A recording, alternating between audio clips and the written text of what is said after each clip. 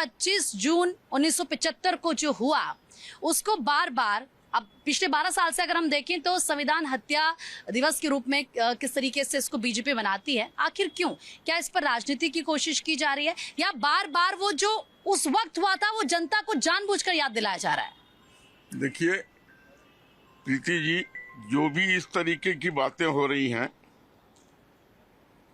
तो फिर इतिहास पढ़ाना बंद कर दें। इतिहास में भी तो 600, 500 साल, 700 साल पुरानी बातें लोगों को याद दिलाई जाती हैं और बताई जाती हैं कि क्या हुआ था। और लोकतंत्र के लिए अगर सबसे घातक कोई चीज़ है तो वो है लोगों की आज़ादी। और ब्लैक वेडनेसडे जिसको कहा जाता है, इमरजेंसी को, उसकी याद दिलाते रहना है कि ऐसा कोई आगे फिर न कर सके। लोगों की स्वतंत्रता पर, लोगों की आज़ादी पर, लोगों के बोलने पर, लोगों के उठने बैठने पर पाबंदी ना लग सके। लोकतंत्र में ही तो ये सारी चीज़ें निहित हैं। अगर आप डिक्टेटरशिप में चले गए तो कोई मतलब ही नहीं है इमरजेंसी की बात करने का। फिर जो डिक्टेटर तानाशाह चाहता है वो होता है। तो हम अगर इसकी याद दिलाते हैं तो हम आगाह करते हैं कि आने वाला कोई भी रेजिम, कोई भी सत्ता इस तरफ जाने की जुर्रत ना करे, हिम्मत ना करे। हमारी जो आज़ादी है वो हमको सबसे प्यारी है और हमें आज़ाद रहने दिया जाए। यहाँ के युवकों को, बुजुर्गों को, महिलाओं को, बच्चों को हम आज़ाद हैं। अपने अपने दायरे में हम आज़ाद हैं। ठीक है सर, क्योंकि कांग्रेस पार्टी या विपक्ष ये कहता है कि ये अघोषित आपातकालीन है जो सिचुएशन है, क्या लगता है कि क्या बीजेपी ये उसका एक काउंटर जो है उसको ध्वस्त करने के लिए इस तरह के दिन के तौर पर इसको मना रही है, एक एग्जाम्पल लोगों के सामने इस तरीके से दे रही है? आपको भी ऐसा लगता है? बिस्मिल्लाहिर्रहमानिर्रहीम। जय हिंद, वंदे मातरम, भारत माता की जय। प्रीति जी, कांग्रेस क्या कह रही है उसका अपना मत हो सकता है। हाँ। लेकिन आज उस काले दिवस को 51 वर्ष हो गए हैं और देश को जानना चाहिए कि आपातकाल क्यों लगाया गया था। प्रीति जी, परिवार में एक मुखिया होता है, उसके बच्चे होते हैं, लड़का लड़की हो, अगर वो थोड़ा उत्पाती हो जाए तो बड़े को क्या करना चाहिए? डांट फटकार कर उसको लाना चाहिए। लेकिन आज हम कांग्रेस को घेरते हैं, लेकिन हम सबसे पहले उसको एक नाम और भूल जाते हैं हम लोग। देश की सुरक्षा, देश का सम्मान, देश का संविधान किसके हाथों में था, आज भी किसके हाथों में है, ये जानने का जरूरत है आज देश को। उस समय के तत्कालीन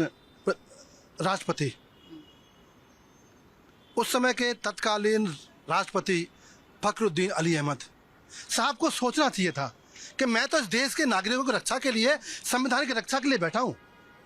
और आपातकाल के उस दस्तावेज पर, उस काले दस्तावेज पर साइन करने से पहले सोचा कि देश की आहत, देश की आत्मा, देश के नागरिक क्या इफेक्ट होगा। इंदिरा गांधी ने चाल चली, आपने उसमें मोहर लगा दी, तो दो व्यक्ति इस देश के गुनहगार हैं, स्वर्गीय इंदिरा गांधी और स्वर्गीय फखरुद्दीन अली अहमद साहब। अच्छा, नसबंदी का क्या मतलब था? ठीक है, मैं तो दुनिया में सबसे बड़ा अगर अत्याचार हुआ हिंदुओं पर, आपातकाल होगा, नसबंदी होगा, मैं उसका भुक्तभोगी हूँ। बचपन था, 7-8-9 वर्ष की उम्र थी, मेरे नाना को उठा कर पुलिस ले गई थी। रास्ते में एक मेरे गांव के एक जमींदार थे, उनके शास्त्री पंडित थे, गाड़ी रोकी, कौन, किसको ले जा रहे हो? तो बच्चे को ले जा रहे हो, साथ में उसके नाना को ले जा रहे हो। उतार लिया गया, खेतों में छुप गए, ईखों में छुप गए। ये कौन सा काल था, कौन सी सोच थी, और क्या गुनाह किया था नियत थे किसानों ने, क्या गुनाह किया था उनके नियत थे बेचारे हिंदुओं ने, और क्या गुनाह किया था उन नियत थे आंदोलनकारियों ने जो समाज सेवा के लिए उठ रहे थे। आपने न्यायालय का आदेश पलट दिया, आपने गोलमाल किया, सत्ता नहीं आते 5 साल सत्ता में नहीं आते, कोई बात नहीं, फिर आ जाते। लेकिन आपने संविधान के साथ साथ उन हिंदुओं का अत्याचार किया था जो निहत्थे थे, मजबूर थे और देश के राष्ट्रभक्त थे। जेल बना दिया पूरे हिंदुस्तान को। कौन कि क्या आपत आ गई थी, क्या जरूरत थी आपको, मुझे बता दें समूची कांग्रेस, और देश को भी जानना चाहिए आपातकाल नसबंदी का क्या तालमेल है। आपातकाल का मतलब आपने ये कहा था कि उत्पात मचने वाला है, तो नसबंदी से कौन सा उत्पात मचने वाला था भाई? नसबंदी से इंदिरा गांधी, स्वर्गीय इंदिरा गांधी और उस समय के राष्ट्रपति जो कि देश की पूरी समूची जिम्मेदारी उस संविधान की रक्षा के लिए और हमारी रक्षा के लिए उनके पास थी। क्या जरूरत थी नसबंदी लगाने के लिए? जो कि सुनो, एक मिनट रुक जाओ ना, उन बेचारे छोटे बच्चों के लिए भी, जो शादीशुदा थे, शादी हो गई थी, उनकी भी कर दी, जो बेचारे बुजुर्ग थे उनकी भी कर दी, जो पढ़ रहे थे बच्चे उनकी भी कर दी, नसबंदी कर दी गई थी। क्या गुनाह किया था? ये काला दिवस नहीं है, ये हिंदुओं के ऊपर दुनिया में सबसे बड़ा अत्याचार हिंदू सरकार कांग्रेस ने किया। ठीक है सर, तो क्या कांग्रेस ने अगर इतना अत्याचार किया, हालांकि अभी यहाँ पर कांग्रेस की तो प्रवक्ता नहीं है, लेकिन क्या वाकई कांग्रेस को इस बात के लिए पछतावा होता होगा कि 1975 में जो हुआ वो गलत हुआ, या उसके लिए हमें माफी मांगनी चाहिए? क्योंकि बीजेपी तो इस मुद्दे को बार बार उठाएगी और इसी तरीके से जनता के बीच लेकर जाएगी। देखिए, माफी मांगने का जहाँ तक सवाल है तो वो कई बारी माफी मांग चुके हैं कि उस अध्याय को भूल जाना चाहिए, इतिहास की गलतियों को भूल जाना चाहिए। ऐसा नहीं है कांग्रेस ने माफी नहीं मांगी, पर माफी मांगने से क्या होता है? माफी मांगने से इतिहास बदल तो नहीं जाएगा ना। जो हो चुका, जो लिख चुका वो लिख चुका। अभी देखिए क्या है, जो इमरजेंसी लगी थी वो हम भले कहते हैं कि संविधान की हत्या हुई थी, पर कहीं ना कहीं वो संविधान में ही एक वर्ड के हेरफेर के साथ उन्होंने इमरजेंसी लगाई थी, जहां पे कहा गया था इंटरनल डिस्टर्बेंस की आशंका से भी इमरजेंसी लगाने का प्रावधान था। तो उसका फायदा उठा के इंदिरा गांधी ने, फायदा नहीं कहूंगा, गलत फायदा उठा के इंदिरा गांधी ने और राष्ट्रपति ने मिलकर देश में इमरजेंसी लगाई। तभी फिर 1978 में जब सरकार बदली तो अमेंडमेंट हुआ। अमेंडमेंट में उसको इंटरनल डिस्टर्बेंस से हटा के आर्म्ड रिबेलियन शब्द यूज किया गया, और सिर्फ प्राइम मिनिस्टर रिकमेंड नहीं करेगा, पूरी कैबिनेट रिकमेंड करेगी, तब इमरजेंसी लागू होगा। इस रूल को पूरा स्ट्रिक्ट बनाया गया। अगर वो नहीं किया गया था तो आज की डेट में कोई भी किसी भी बात पर उठा के, भी इतना बड़ा किसान आंदोलन हो रहा था उसमें भी हम इमरजेंसी लगा सकते थे। पर जब क्या होता है ना, जब हमारे कॉन्स्टिट्यूशन में बहुत सारी ऐसी कमियां हैं जिसको समय दर समय चेंज करने की जरूरत है।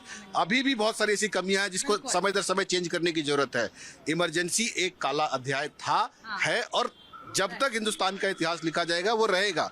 क्योंकि जिस तरीके से आपने पूरे अपोजिशन को जेल में, लगभग 1 लाख लोग जेल में थे, 1 लाख लोगों को उठाए। आज आप देखिए तो जितने भी उस वक्त जेल में लोग थे ना, उनमें से बहुत सारे लोग आज की डेट में सरकार में बैठे हुए हैं। राजनाथ सिंह का नाम है, शिवराज चौहान का नाम है, एंडलेस नाम है, वो सब है कहीं ना कहीं आज की डेट में सरकार में। वो सब भुक्तभोगी है, वो सब वो देख के निकले हुए लोग हैं, उस चीज को भुगते हुए लोग हैं। तो आज उसके हिसाब से वो काम कर रहे हैं, उस दर्द को वो समझते हैं। तभी जब ये कहते हैं कि आज अघोषित इमरजेंसी चल रहा है, भैया अगर अघोषित इमरजेंसी चल रहा है तो हर चैनल में बैठ के समाजवादी, टीएमसी, कांग्रेस के नेता कुछ भी बोल के निकल रहे सरकार को।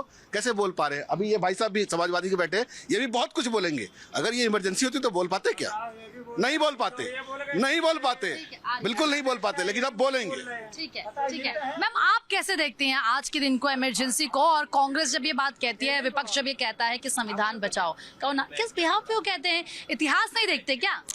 भारतीय राजनीति का अगर कोई सबसे बड़ा गलत और अलोकतांत्रिक फैसला था, चूंकि हमारा राष्ट्र एक लोकतांत्रिक राष्ट्र है, तो इसे सबसे बड़ा अलोकतांत्रिक फैसला कहा जाएगा कि आप अनुच्छेद 352 के तहत नेशनल इमरजेंसी जो घोषित की गई थी, उसके जो कारण होने चाहिए थे, संविधान ने जो वजहें दी थी, उन वजहों को पूरी तरह से दरकिनार करके, जैसे कि अभी हमारे पहले के प्रवक्ता ने बोला है कि राष्ट्रपति और प्रधानमंत्री ने एक तरह से मनमानी की, जिसकी वजह से लगातार इसे एक काला अध्याय के रूप में जाना जाता है।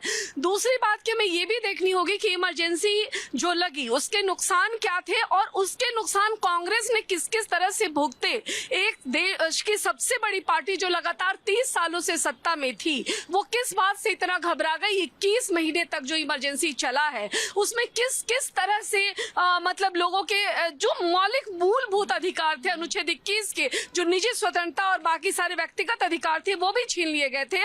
प्रेस के अधिकार छीन लिए गए थे। आप किसी वजह से अगर जब पकड़े जाते हैं या आपको जब जेल होती है, आप कोई अपील नहीं वहां दायर कर सकते हैं, और प्रेस की पूरी स्वतंत्रता वहां नहीं थी। तो इतने तरह के, जिसे हम बोल सकते हैं कि एक तरह से इसे गैर राजनीतिक गतिविधि, आतंकी गतिविधि इसे कहा जाए, इस तरह की हरकतें उस वक्त में हुई। इसका नतीजा कांग्रेस ने 77 के चुनाव में भुगता कि वो सत्ता से बाहर गई, और 30 साल बाद गैर कांग्रेसी सरकार बनी, और 350 सीट में 153 सीट मात्र वो ले आ पाई, और इंदिरा गांधी ने रायबरेली की सीट हारी। तो ये सिर्फ ये कहने की बात नहीं है कि बार बार भाजपा याद दिला रही है, इसे हर वक्त एक लोकतंत्र में एक गलत फैसला जो लिया जाता है, एक इतना बड़ा गलत फैसला, उसे बार बार इसलिए याद किया जाना चाहिए ताकि आगे सत्ता में आ रहे लोग लोग फिर से ऐसी गलती करने की बात ना सोचे। हमारी जो पीढ़ी है, जो युवा हो रही है, जिसने उस वक्त की चीजों को नहीं जाना होगा, उसकी भी मेमोरी में, उसके भी जहन में ये बात रहनी बहुत जरूरी है कि ये क्या हुआ था, ताकि आगे जब भी राजनीति में कोई भी कड़ा फैसला लेने की बात आती है तो ऐसे गलत फैसलों को जगह ना दी जाए। ये एक फैक्ट है, इसको बताया जा रहा है, और अगर हर साल भी बताया जाए तो इसमें कोई गलत बात नहीं है। ठीक है सर, आपको भी लगता है कि 1975 के दिन, आज के दिन बहुत बड़ी गलती हुई थी कांग्रेस से कहीं ना कहीं, क्योंकि लोकतंत्र में काला अध्याय के तौर पर आज के दिन को देखा जाता है, आप इसे कैसे देखते हैं? मैं इसको ऐसे देखता हूं कि पहले घोषित इमरजेंसी थी, लेकिन आज की डेट में अघोषित इमरजेंसी है, चीजें वही काम कर रही हैं। आप देखिए, उस टाइम हमने विरोध किया था और इनका भी विरोध कर रहे हैं। जो गलत करेगा समाजवादी पार्टी उसका विरोध करेगी। उस टाइम हम विरोध कर रहे, जेल में भी गए, हमने उसको गलत माना था, इसीलिए तो विरोध किया था। ये भी अभी कर रहे हैं। देखिए प्रीति जी, बात ऐसी है कि क्या इमरजेंसी सही थी या नहीं थी। तो इस देश में जब आपातकाल लगा तो इस संविधान में उसका जिक्र था, इसीलिए वो तोड़ मड़ोड़ के लगाई गई। वो जिन जिन परिस्थितियों में लगनी चाहिए थी वो परिस्थिति थी नहीं, लेकिन फिर भी इमरजेंसी इंपोज की गई देश पे। तो ये एक तरीके से गलत काम था, काला अध्याय है लोकतांत्रिक देश के लिए। लेकिन मैं एक एक्सपीरियंस बताता हूँ। मेरे एक ताऊजी थे जो 98 ईयर्स के होके मरे थे। उन्होंने एक चीज बोली थी मुझे कि ये देश तब सबसे ज्यादा ऑर्डर में था, भ्रष्टाचार नहीं था, बिल्कुल ट्रेन बिल्कुल टाइम पे आ रही थी। इमरजेंसी के टाइम पे इस देश ने सारी परफेक्शन देखा है, सब चीज में परफेक्शन देखा है। वो ठीक है कि लोकतांत्रिक अधिकार जो थे, हमारे जो मूल अधिकार थे, वो हनन हुआ था उनका, लेकिन साथ ही साथ उसका एक ये भी चीज है कि हम, ठीक है, एक पार्टी नैरेटिव पे बात करती है कि ये काला अध्याय था, ये था, वो था, लेकिन इन चीजों पे भी बात होनी चाहिए कि उन 21 महीने में भ्रष्टाचार क्यों नहीं था, उन 21 महीने में ट्रेन टाइम पे क्यों चल रही थी। लेकिन अब ये चीजें क्यों नहीं है। इमरजेंसी के बाद कांग्रेस की भी सरकारें रही, बीजेपी की भी रही, जनता दल की भी रही, वो परफेक्शन हम हासिल क्यों नहीं कर पाए। एक राष्ट्र के लिए सबसे ज्यादा जरूरी चीज है विकसित होने के लिए, जो प्रधानमंत्री मोदी का विजन है कि 2047 में हमें भारत को विकसित कर देना है, सबसे जरूरी चीज है और देश का ऑर्डर में होना, कहीं कोई गंदगी ना हो, सड़कें सही हो और बसें अच्छी चल रही हो, ट्रांसपोर्टेशन अच्छा होना चाहिए, ट्रेन सही चल रही हो, आपके पास एयरपोर्ट होने चाहिए, आपके पास काम होना चाहिए। ये विजन है ना कि लोगों के पास काम हो। लेकिन अभी हम उस विजन को कैसे हासिल करेंगे, जो उनका लक्ष्य है उसको कैसे हासिल करेंगे। हमें हासिल करना है तो कुछ चीजें ऐसी होती हैं सरकार को, जैसे अब अगर सिर्फ और सिर्फ लोकतांत्रिक अधिकार की बात करें तो जो अनैतिक तौर पे कोई ये बोले कि मुझे आंदोलन का नैतिक अधिकार है, लोकतांत्रिक अधिकार है, लेकिन उस आंदोलन की कोई जरूरत नहीं है, देश में तो नहीं होना चाहिए। लोकतंत्र की बहुत सारी कमजोरियां हैं। कोई ये बोले कि लोकतंत्र बहुत परफेक्ट प्रणाली है शासन करने की, तो ऐसा नहीं है। जो भी इस विश्व में अभी तक जो भी प्रणालियां शासन करने की, उनमें लोकतंत्र में बहुत सारी कमियां हैं। लेकिन इसको सिर्फ इसीलिए ग्लोरीफाई कर दिया जाता है लोकतंत्र को कि भाई इसमें हमारे इतने अधिकार हैं, उतने अधिकार हैं, उतने अधिकार हैं। ये नहीं देखा जाता है कि हम उन जो हमारे अधिकार हैं उनका कितना फायदा उठाते हैं। तो हम बोलने की आजादी तो है हमें, लेकिन रिस्पॉन्सिबिलिटी के साथ बोलने की आजादी है ना। आप कुछ भी बोलते चले जाएंगे, कुछ भी बोलिए, सब आप प्रधानमंत्री को चोर बोल देते हैं, आपको ये लोकतांत्रिक अधिकार है ना। लेकिन अगर जो सही बात यह है कि आप जब प्रधानमंत्री को चोर बोलते हैं तो आपकी ये नैतिक जिम्मेदारी है कि आप ये साबित करें कि प्रधानमंत्री चोर है। लेकिन आप उस आजादी का मिसयूज करते हैं। तो आजादी तब तक आपकी आजादी है जब तक उस आजादी के साथ जो जिम्मेदारी आ रही है उनका आप निर्वहन कर रहे हैं। लेकिन उस आजादी का आप मिसयूज करने लग जाएं तो फिर लोकतंत्र की कमजोरी बन जाती है। सर वो कह रहे हैं कि अघोषित आपातकालीन, आप कुछ भी कह लीजिए, आपने सुन लिया होगा उनकी तमाम बातों का। खारिज कीजिए ना, वो बोल पा रहे हैं ना, आपातकाल में वो नहीं बोल पा रहे। कोई बात नहीं, सर बोलने देते हैं, फिर वो कहते हैं बोलने नहीं दिया। देखिए, देश में लोकतांत्रिक प्रक्रिया में प्रीति जी, जनता का फैसला सर्वोपरि होता है। हाँ। और लगातार जनता का विश्वास हम जीतते जा रहे हैं। तभी तो आज स्थिति है कि हम 22 राज्यों में स्थापित हो गए हैं। हाँ। और जहाँ कहीं भी चुनाव होता है राज्यों में तो हम रिपीट हो जाते हैं। ठीक है। तो जनता का फैसला जब हमारे साथ है तो इसका मतलब हमारे कृत्यों से, हाँ। हमारे जन सेवाओं से, हमारे जन कल्याणकारी कार्यों से जनता अभिभूत है, खुश है, तो वो हमें बनाए रखती है। और इस तरीके की बातें करना कि नोटबंदी से, देखिए नोटबंदी के बाद आतंकी गतिविधियों में कितनी कमी आई है, लगभग 0 के ऊपर पहुंच गया है। जो उनको फाइनेंस आ रहा था वो पूरा कैप हो गया है। हाँ ठीक है, कुछ चीजें उतनी नहीं कंट्रोल हुई जितनी होनी चाहिए थी, लेकिन आज भी कुछ जाली नोट बाजार में मिलते हैं। लेकिन वो सिलसिला नहीं है, वो परसेंटेज नहीं है जो नोटबंदी के पहले था। ठीक है, जल्दी जल्दी सर भी मुझे प्रीति जी, अगर आपातकाल ना लगाया होता उन 2 वर्षों में जो लॉस हुआ है जीडीपी का, 1985 में आज की जीडीपी के हिसाब से 70% जीडीपी उस समय होती हमारी, लेकिन लॉस हुआ, जीडीपी का लॉस हुआ, सामाजिक लॉस हुआ और आंध्रों को कुचला गया। अभी भाई बात कर रहे थे कि नोटबंदी से क्या हुआ। नोटबंदी से पाकिस्तान ने कमर तोड़ी, क्योंकि जो हमारे बीच में घुस रहे थे, जो आतंक फैला रहे थे, जो नोट देते थे, वो नोट आने बंद हो गए और जो इंडिया में थे वो भी जला दिए गए, वो भी जला दिए गए। ये सत्य है, इनको पता है नोट का। ये सुनो, आपको नहीं लगता ऐसा था? नहीं, इनको लगता है, इनको लगता है कि नोट छप रहे हैं, तो समाजवादी के प्रवक्ता बताएं नोट कहाँ छप रहे हैं, नोट कहाँ छप रहे हैं, फैक्ट्री कौन सी है, इनके ऊपर मुकदमा कायम होना चाहिए। लूंगी जवाब, नोट कहाँ छप रहे बताना। देखिए मैम, सीधी सी बात है, जो हम अभी बात कर रहे हैं इमरजेंसी पे, तो उसमें कहते हैं लम्हों ने खता की और सदियों ने सजा पाई। उस समय के कांग्रेस ने जो खता की है ना, आज कांग्रेस उसकी सजा पा रही है। जो आज कहाँ खड़ी है कांग्रेस, ऑलमोस्ट खात्मे के कगार पे खड़ी है, हर स्टेट से गायब हो चुकी है, हर स्टेट में छोटे भाई की भूमिका में है। तो इंदिरा गांधी ने जो खता करी, अब राहुल गांधी उसकी सजा भुगत रहे हैं और बहुत बुरी तरीके से भुगत रहे हैं। पूरा देश तो भुगता ही रहा है, लेकिन कांग्रेस भी भुगत रही है। गलत करके वो भी बच नहीं रहे हैं, वो भी उसकी सजा भुगत रहे हैं। और आने वाले समय में देखिएगा, कांग्रेस का अगर नेतृत्व परिवर्तन नहीं होता है तो और बद से बुत्तर हालत हो जाए। आप बताइए, आप आज के दिन को कैसे देखते हैं? इमरजेंसी लगी थी 1975 में, आज ही के दिन। प्रीति जी, ये तो देश के लिए ये बहुत ही मतलब धब्बा है, दाग है। आज के दिन में लोगों को जो है ना, मतलब काला दिवस मनाना चाहिए। जो कांग्रेस ने करके गया, इंदिरा गांधी ने करके गई, वो देश के हिंदुओं पर एक कलंक है, है ना। जो संविधान में मतलब पत्रकार मीडिया हो या पेपर मीडिया को, जिसको भी इन्होंने कैद करके रखा था, और आज वही लोग आज मतलब मीडिया के ऊपर लांछन उठाते हैं कि गोदी मीडिया है, ये मतलब वो मीडिया है, ठीक है ना। तो उनके मुंह पे एक तमाचा है। तो आज मैं कहना चाहूँगा देश के प्रधानमंत्री से कि जो भी उस समय संविधान में बदला गया था, हिंदुओं के विरोध जो कानून लाया गया था, उस कानून को आप सही से दोबारा इम्प्लीमेंट लाएं और देश के हिंदुओं के लिए एक रक्षा करें, तभी देश बचेगा, नहीं तो इस तरह से देश बर्बाद। आप बताइए, आप कैसे देखते? देखिए, ये कांग्रेस ने जितना ये करके गई है ना, देखो लोकतंत्र का लोग किसने लगाई, कांग्रेस ने लगाई। किसी की आज़ादी किसने सबसे ज़्यादा, कांग्रेस ने जो किया अपनी मनमानी करके गई है, ठीक है। तो इसलिए वो आज के डेट में जो युवा और जो नई जनरेशन है वो समझ चुकी है कि किसको हमें अपनाना चाहिए, किसको हमें निकालना चाहिए, ठीक है। तो जो 1975 में आपत्ति हुई थी इमरजेंसी का, तो देखो कांग्रेस का इतना बीड़ा गर्क हुआ उस टाइम, और उसने ये नहीं सोचा कि आने वाले समय में अपने भविष्य के लिए कुछ लोग हैं उनको भी देखना होगा, बट अपना सीधा इटली वाली भाषा में कि हमें यहाँ इंडिया में रहना ही नहीं है, हम तो इटली चले जाएंगे, ज़्यादा वो करेंगे, क्योंकि इटली के हैं वो। तो अगर उनका देखा जाए पूरा, वो तो अब तो इस टाइम लग रहा है कैसी ना कैसे जो भी स्टेट में इनकी सरकार है वो भी नहीं आने वाली, क्योंकि जिस तरह इन लोगों ने किया है तो ये बहुत ही गलत किया है इन लोगों ने। क्या अघोषित आपातकालीन है क्या, जिस तरीके से विपक्ष कह रहा है? देखो जी, विपक्ष आज की डेट में जो कह रहा है, इंदिरा गांधी ने जो कुकृत्य करके गई है उसकी कोई भरपाई नहीं कर सकते। काला अध्याय था जब 5वां स्तंभ होता है ना, मीडिया को जेल में डाल दिया, पत्रकारों के ऊपर पाबंदियां लगा दी, नेता अभिनेता पत्रकार विपक्ष सबको जेल में डाल दिया। तो किस तरह की वो मानसिकता से इंदिरा गांधी जी ने किया था। उसके बाद मोदी जी करते हैं नोटबंदी, कांग्रेस करती है नसबंदी। ये कौन सा तात्पर्य है जी? देश हित में नोटबंदी हुई। और दूसरी बात, अभी आतंकवादी के लिए रात को 2 बजे कोर्ट खुला था, ये इंदिरा गांधी जी ने शुरुआत की थी इस चीज की जी, ठीक है।